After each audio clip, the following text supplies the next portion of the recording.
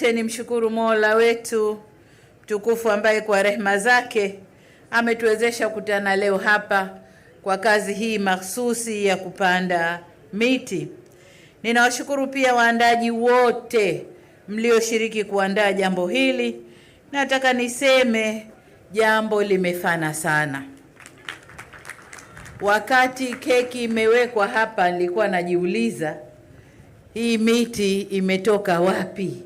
Na nikajua labda ni muembe mdogo mdogo ulikatwa siku nyingi umeanza kuchipua. Kumbe ni keki. Ni mara yangu ya kwanza mshamba ya Kizimkazi kuona keki ya aina ile. Kwa hiyo watengenezaji wa keki, asanteni sana. Asanteni sana. Ndugu zangu, kwa namna pekee pia ni washukuru sana sana ndugu zetu wa Shirika la Utangazaji Tanzania TBC kwa kazi kubwa wanayoifanya ya kampeni ya kupanda miti nchini. Wamekuja na kampeni ya 27 ya kijani, kwa maana kwamba kila ifikapo tarehe 27 ya kila mwezi wananchi wanatakiwa wapande miti, na wanatoa hamasa kuwataka anayepanda mti apige picha na apeleke ili wamuoneshe.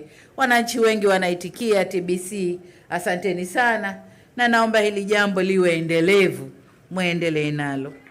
Lakini pia niwapongeze sana ndugu zangu wa Tanzania Forestry Services, hawa watu wa misitu, kwa kusimamia upandaji wa miti ndani ya nchi, lakini kuelimisha watu na kutoa miche ya misitu ya kupandwa ya matunda ya kivuli na ile ya mbao. Nawashukuru sana na naomba muendelee na hilo. Vile vile niwashukuru ndugu zetu wa MIF, Mwanamke Initiative, kwa leo hii ndio waratibu wa shughuli hii wakishirikiana na vijana wetu wa bodaboda na vijana wa bajaji. Tunawashukuru sana MIFU kwa kazi hii kubwa mliofanya.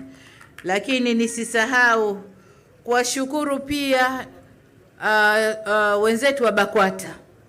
Wametoa miche 1000 ya minazi ambayo haikupandwa leo hapa, lakini itakwenda kupandwa maeneo mengine ya mkoa huu.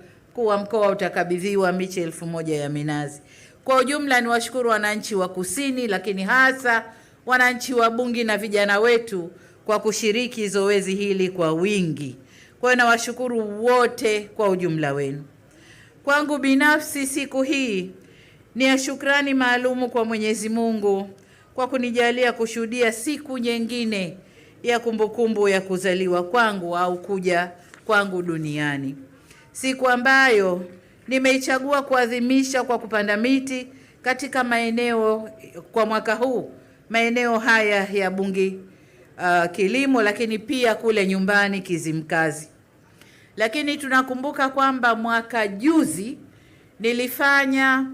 niliadhimisha siku kama ya leo kule mkoa wa Kaskazini Unguja, ambako ni Donge.